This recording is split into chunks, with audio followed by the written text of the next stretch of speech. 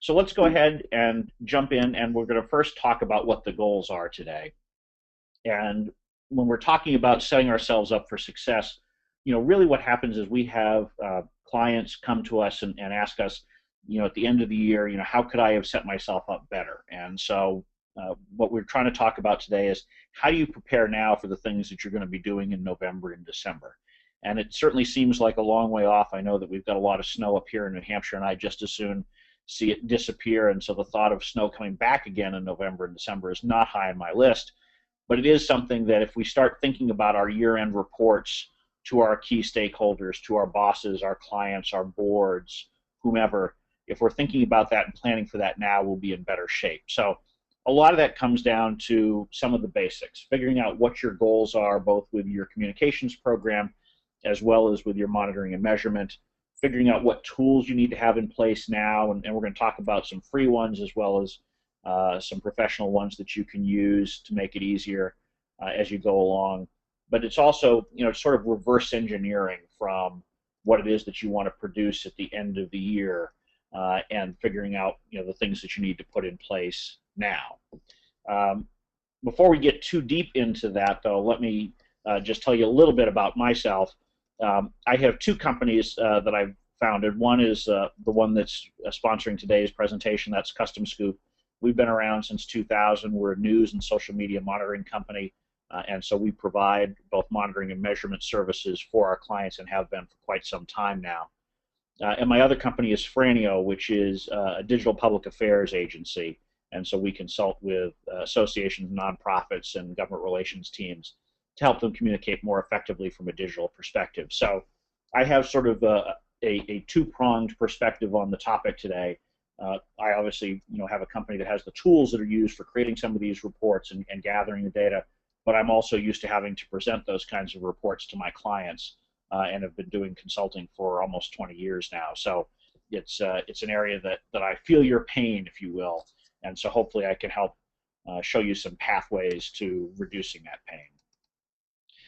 One of the things that I think that it's valuable to know is, what other people are doing when it comes to measurement and reporting. And about a year or so ago, there was a report from Reagan and NASDAQ that took a look at this, and it had some interesting findings that I wanted to share with you, in case you haven't seen the data yourself. Obviously one of the debates that always comes up in the industry is, how do you effectively measure? What is the standard that you want to use? And, about 2/3 of the way down this slide, there's that magical acronym AVE, or Add Value Equivalency, for those of you who may not be familiar with it. It used to be sort of one of the standard ways for measuring PR. It always was controversial. And it's fallen into more and more disuse these days. But essentially, what it did was it tried to take a publication where you got mentioned in, whether it was a newspaper, magazine, website, and try to provide a dollar value for that coverage. And it did so by trying to equate the column inches to a similarly sized ad.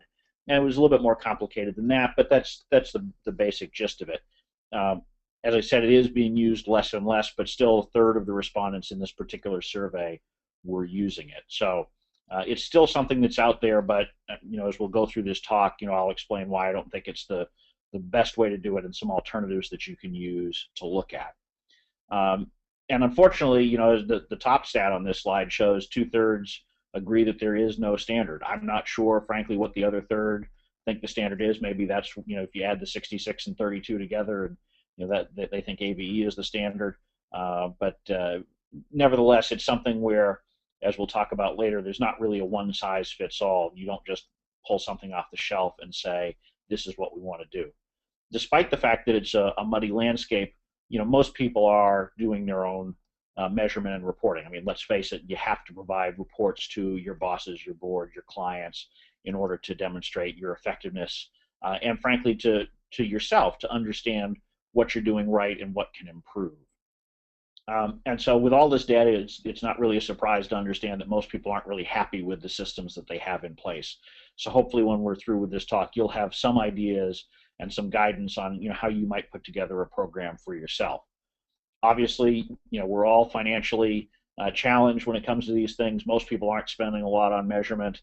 As you can see here, the majority of people, or the vast number of people, are spending less than $5,000 a year on measurement. Obviously, how you define measurement is key to figuring out what the budget is, but nevertheless, it's not a big budget item these days for most folks. And so what we're going to talk about today is really going to focus on how do you do it cost effectively, and not so much on, if you had the Rolls Royce plan, how you would do it. When it comes to figuring out what your year-end report is going to look like, first you need to audit what your resources are. You need to understand what it is that you're doing with your communications program.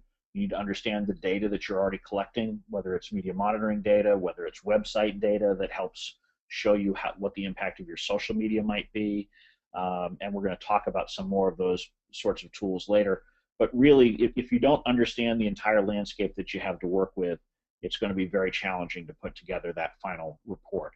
The other thing you need to do in this audit process is understand what reports have been provided previously, whether it's yourself or someone else in your organization, and take a look at that and figure out how you want to adapt those come this year-end's report. Once you've got that sort of general landscape, you need to be, if not setting your goals, knowing what your goals are. And a lot of these have probably for this year already been set in your planning process, so you have them from a broad communications perspective. And so now you need to think about, from a measurement perspective, what are your goals? What do you want to try to achieve with them? What kinds of things do you want to measure that perhaps you haven't been tracking yet? How do you want to marry some of the pieces of data together to tell the story better? And again, as I said before, it's not one size fits all. You can't just pull something off the shelf and say, aha, I have my year-end report. We're often asked, both in my consulting business as well as at CustomScoop, for folks to share, what we do and how we report. But to be honest with you, every client I've ever worked with, the reports are slightly different. Yes, there are things that you can learn from them, but everybody has their own set of priorities, and different organizations function in different ways. Some people are much more mathematically oriented, and so it tends to skew towards quantitative data. Some are more interested in the qualitative stories that help explain what worked and what didn't. So you need to figure out what it is for your own organization, and that's having conversations with the stakeholders that you're going to be reporting to. If your reports are to membership or public, you need to talk to a selective sample of them. If it's just to your boss, you just sit down and have a frank conversation about the things that they're looking for.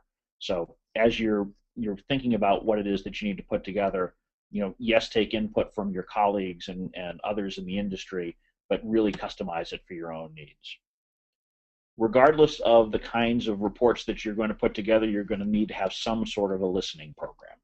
And that listening program probably uses a variety of different tools. It might be a professional service like CustomScoop, but we're going to take a look at some others later as well. The key to the listening process, though, is to think about the kinds of inputs that you want to have in order to be effective. And so that is probably a combination of media monitoring. It's a website data. If you're selling product, it's sales numbers. These are all falling into that category of listening. If you're a nonprofit, it's fundraising. If you're an advocacy group, it may be petition signatures or your email list. All of these things fit into the mix. And when you think about it, your communications program is really designed to promote all of these other activities. And so you need to find those connections using a variety of different tools. And as you can see with my, what I hope you will find to be a humorous picture here, there is no magic bullet. There may be one that can make you a nice little fruit smoothie, but there's not one that's going to just solve all of your problems. And there's not a single tool out there that will do everything you need all in one spot. It's really going to be pairing together different things. And as I said before, there are free and there are professional tools that you can use to do it. Obviously, from a monitoring perspective, there are products like ours, but there are also free ones like Google Alerts. There are other free ones that do, at least on a limited basis, some social media monitoring only, but maybe not news. These are tools that you can use as part of your arsenal, particularly if you are financially challenged. I will say, if you're someone who uses Google Alerts, I've been disappointed in them in the last couple of years, in that the quality seems to be going down. And you would think that since I own my own company that does this sort of thing, I would be always saying that. But the fact of the matter is, I do pro bono work for small organizations, and so They weren't going to go buy a professional product, and so I often steered them towards Google Alerts. It's harder and harder to do that today, but nevertheless, there are free tools out there that you can find to do a lot of the things that we're talking about. When you're putting together your monitoring program, though, you need to be thinking about what kind of data it is that you're gathering. And I like to think of this sort of in concentric circles. And obviously, this is not a truly concentric graph, but it looks prettier the way it is. But it's the circle within a circle concept. And if you start down there at the center of it, it's you. And by you, I don't mean you personally necessarily, but you, your organization. And so you want to be gathering information about your own company, your own nonprofit, whatever it is. Then you want to think, okay, well, I also want to gather information about my leadership, and that might be my CEO, executive director. It might be the chairman of the board. There are different folks in that leadership structure. It might be people who are frequently serving as spokespeople for you out there, ambassadors for you, and you're tracking what's being said about them. Then you expand out and you're thinking about the products that you offer. And products can be, if you're a for-profit, literally products, but if you're a nonprofit, it might be the programs that you're sponsoring and participating in. If you're a food bank, maybe it's the Sunday program that you put together and bring volunteers together on a larger scale basis. There's all sorts of things that you might be doing that you would then want to include. But then it's also the competitive landscape. It's thinking about competitive intelligence in a broad sense, and trying to track information there, because oftentimes you'll want to compare yourself to others to try to figure out what's working and what isn't. But then you also can use your monitoring tools to go out and think about your industry. And this is really an area where it's probably a little bit less on the measurement side, leans much more towards the listening side, but it's helping you to understand the issues, the ideas, the insights that are driving what's going on in your industry. And then finally, outreach. And I think this is a piece that many people overlook when they're putting together a monitoring program. You can use monitoring not just for reporting purposes, but also for outbound purposes, to identify members of the media, key allies, prospective customers. And I'm not just talking on social media, which is the popular in way to do these things these days, where everybody says, you can find your customers on social media. You can also find them in traditional media. You can, if you've got, large prospects, you can work with your sales team, for example, to provide insight on them using your media monitoring and measurement program. So that, if one of your prospects has just signed a new client or has gotten a big contract or something like that, you might be able to surface that through your monitoring tools, even if it doesn't show up on social media, which is where the salespeople might be looking today. When you're thinking about all of these different things that you want to be searching for, you need to think about how to come up with effective criteria, because that search that you're putting together in whatever service it is, and there are 3 samples here, but they all have ways that you can tailor down your search terms, filter them, so that you're getting just what you need. And particularly when you're thinking about the larger outer rings of those circles that we were just looking at, you can just be overwhelmed with information if you're not careful. So you really want to be thinking about what it is that you're looking for. I mean, if you're a Fortune 500 company, even that inner circle of the you that you're looking for, that could be overwhelming. So it's very common when you put together measurement reporting systems to come up with customized source lists, so that you're really just looking at certain publications that are particularly important to you. For us, for example, with what we do, it doesn't necessarily matter if we get mentioned in the Wall Street Journal or the Concord Monitor up here in New Hampshire. It might be more valuable for us to be in a publication like PR Week, for example.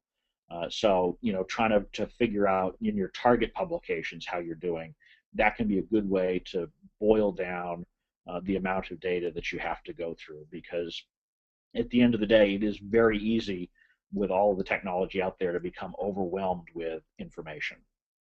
And if you're doing that when you come to November and December, you won't know what to do. And so think about that now and how you can tailor that data most effectively. And a lot of services, CustomScoop certainly has been set up to be able to boil it down, but many of the others have as well. I will say that when you're trying to do custom lists, that either becomes a hand process or you have to use a professional tool. Most of the free ones do not let you do that. So But again, that becomes more of an issue if you're a larger organization. So generally, you can afford some sort of professional product. With all of the data that you're gathering now, you've got your search terms in place. Now it's figuring out, how do you identify trends, perhaps? And most good year-end reporting will have some sort of trend reporting in it. And it could be as simple as going to Google and putting in some search terms. This is one that you can. This is the oh shucks moment. I forgot to do any setup at the beginning of the year. Well, Google will let you do these kinds of charts going back actually several years and let you start pulling that data together. It's not exactly with the same level of accuracy that you'd have out of a typical media monitoring product, but for doing large, broad brushstroke reporting on popular terms, it can be an effective way to do it. So, and again, it's free and very easily accessible if you just go to the Google Trends site and start pulling that data in.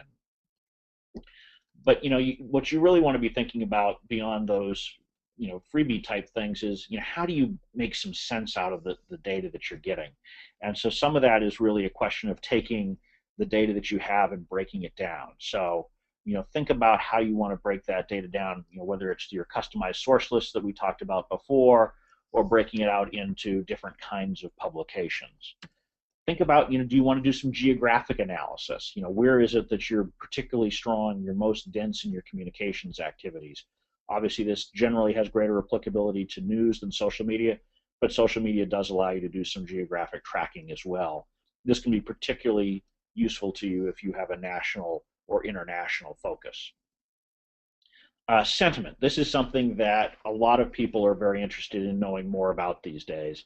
And in the old days, it used to be a matter of taking clips, reading them individually, and rating them. That was a very long, cumbersome process, and it still can be. Obviously, being able to do things electronically helps quite a bit. There is automated sentiment analysis. Like many of our competitors, we offer it. I have mixed feelings about it, to be candid with you, because computers can only do so much when it comes to weeding out sentiment. It doesn't pick up sarcasm very well, for example.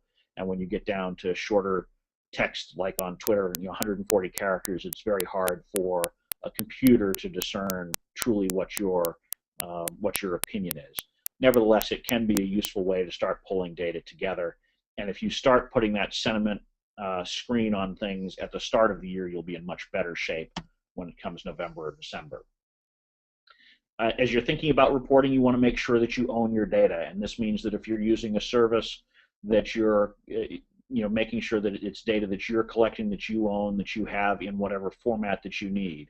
If you need to export it out so that you can mix it up with some of your other internal data, make sure that your service allows you to do that.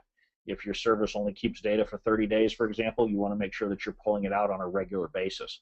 This is an area that I have often seen folks over the years get tripped up, where they just don't have enough of the data archive to do the kinds of analysis that they want to do. And the analysis really needs to go beyond clip counts. And I often tell people that what you're really looking to do is to focus on outcomes, not outputs. That's not an original line for me, but it's something that's really valuable to be thinking about as you're putting together your measurement program early in the year. And so what that means is, it's not so much about the product that we're selling, for example, at CustomScoop. It's really more about how do you take that data and layer it in with some other things. Tops of the list is probably Google Analytics. It's free. It's on most organizations' websites already. If it's not on yours, you can have your tech people put it on in about 30 seconds. And the data that you get out of Google Analytics or a similar type program that you pay for, you will have just so much data that you can use and understand where your traffic is coming from. Understand which articles that you were able to place drove the most traffic over the course of the year. That makes that tangible connection that your bosses are likely to be looking for. But there are other things that you can use. There are link sharing tools, so things like Bitly that make it nice to do the link shortening, but they also track the number of clicks. That's something that you can tie in. A lot of CRM software today, so things like Salesforce or its competitors, they have data in there that will let you figure out where did your leads come from for your sales team. That's really valuable. I mean, if you're running a sales operation, you want to know where those sales are coming from so you can do more of that kind of activity. Um, there are other things that you might want to think about as you're putting together your measurement program, tying things back to financial results, trying to figure out how you've done as far as influencing people. If you've got a target list of 20 reporters at the start of the year, how well did you do with your outreach to them? How many of them wrote the kinds of articles that you were looking for? How often did your key messages show up in your various stories? So there's a lot of different ways that you can go beyond just saying, hey, I got 35 mentions. And when it comes to management, this is, we're almost into the Q&A time, and almost always, if I don't include this slide in a talk like this, I always get asked, how do you communicate this complex information to management effectively? And I would tell you a couple of things. First of all, if you're focusing on the outcomes, not outputs, you're already starting out in good shape. The second piece is you want to try to have visual components. Almost everybody that I've worked with responds so much better if you can put something in a visual package that they can understand. So that's using charts and graphs. That's using things like tables. And I know it sounds simplistic, and you're probably saying, "Gee, gosh, of course I know that." But if you really think about it, and you think about how you take literally piles of data. I mean, at the end of the year, even the smaller organizations are going to have probably thousands of mentions when it comes to the kinds of things that we talked about in those concentric circles. You need to have a way to boil that down as simply as possible. So the bottom line is, make sure that you're focused on your goals, understand how to sort out the wheat from the chaff, or the resonance versus the noise, as I like to call it, and try to find ways to automate things where you can, but understand the limitations of it. And then finally, make sure that at the end of the day, you're articulating value by focusing on those outcomes. If you haven't seen it already, we have a media monitoring checklist publication that's available free on our website. If you go to CustomScoop.com, there's a big button for it, or you can go directly to CustomScoop.com/checklist. You don't even have to register for it. You can just download it right there and look at it on SlideShare. So with that, I'll leave up my contact information here because I'm happy to take questions after this.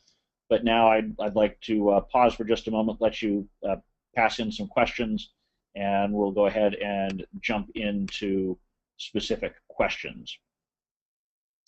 Let's see. So I have a question here that asks whether we'll address specifically how CustomScoop can help set us up. This is from a CustomScoop competitor, and so from a CustomScoop perspective, my suggestion there is, because I try to keep these webinars from being too salesy, we don't generally go into specifics of the product because I want to give a general overview, but we're happy to, our customer care team frequently will do demos with folks to help them understand how to most effectively set up the product to use it and get the maximum results out of it. But I'm also personally available for any CustomScoop customer who wants some help and would like to talk to me about my own personal experiences and how I might be able to give them some advice over the course of a phone call or a Google Hangout or whatever. We're happy to do that. So go ahead and reach out to me or our customer care team if you'd like the specifics for your own organization. Let's see, another question. Where do you feel most people end up wasting time? That's a great question. So I think that the way people end up most wasting time is by not being thoughtful about the search criteria that they're putting together. And it really is important to figure out what it is that you need and what you don't.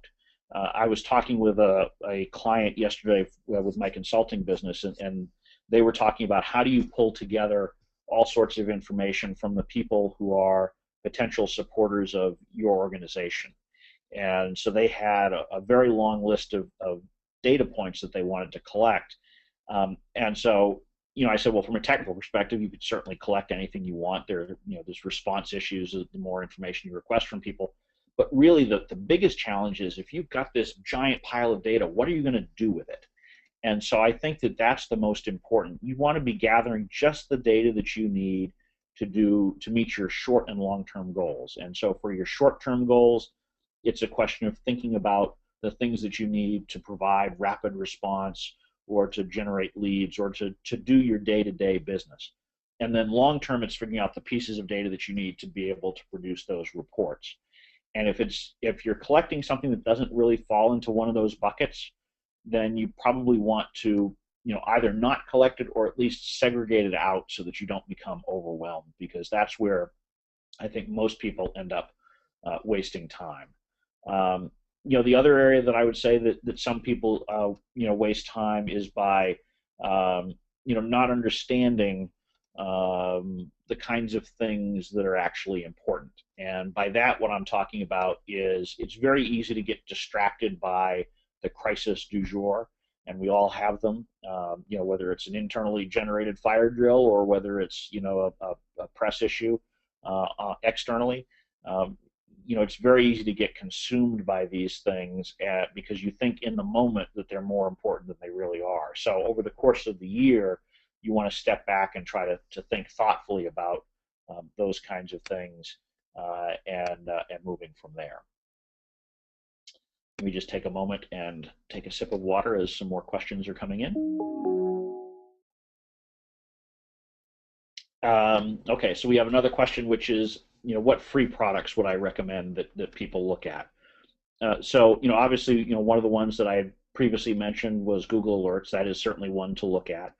Um, there are, I guess, from a free perspective, what I would say is that there are a lot of things that are freemiums. So a lot of companies will provide a free or very low cost version as a way to entice you in, and then offer professional versions at an upsell.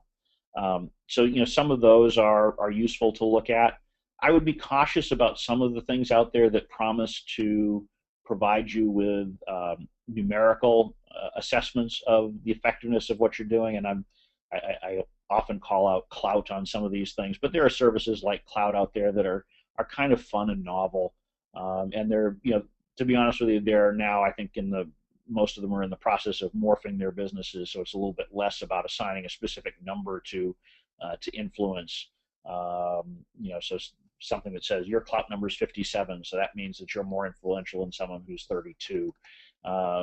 Those kinds of things that try to become overly simplistic are things to be careful of. Really, when it comes to either free or paid tools, you want to think about what it is that's pulling things together in the most useful way for you, and not something that is promising that quick shortcut, because there really are no shortcuts when it comes to effective measurement and reporting. Okay, let's scroll through. There's a bunch of other questions in here. Let me see which ones I can find. I think I've covered a lot of these topics already. It's always interesting when folks have very similar questions through the course of the presentation. Okay, here's one. So the question here is, what are some resources that you might look to try to find, better reporting approaches? And so, I think that there are some really good industry sources out there for those of you who are communicators to look at. Reagan.com is a really good resource for, finding topical stories, not just about reporting, but all sorts of other things. As a little parochial plug, well, I guess it's not really parochial, but it's For Immediate Release is a great podcast that talks about some of these measurement issues from time to time. They're not going to provide you a template, but it's a great podcast. Shel Holtz, Neville Hobson, CustomScoop has been a sponsor of it for years now, and I think they really just do a great job of distilling what the latest trends are. So, highly recommend that. And then, of course, we have a fellow Granite Stater. For those of you who don't know, our company is based in New Hampshire, as am I. And Katie Payne is also based in New Hampshire. And those of you who don't know her, I would strongly recommend that you follow her on Twitter and on her blog and all that. She really does a great job of focusing and honing in on the measurement issues on a daily basis.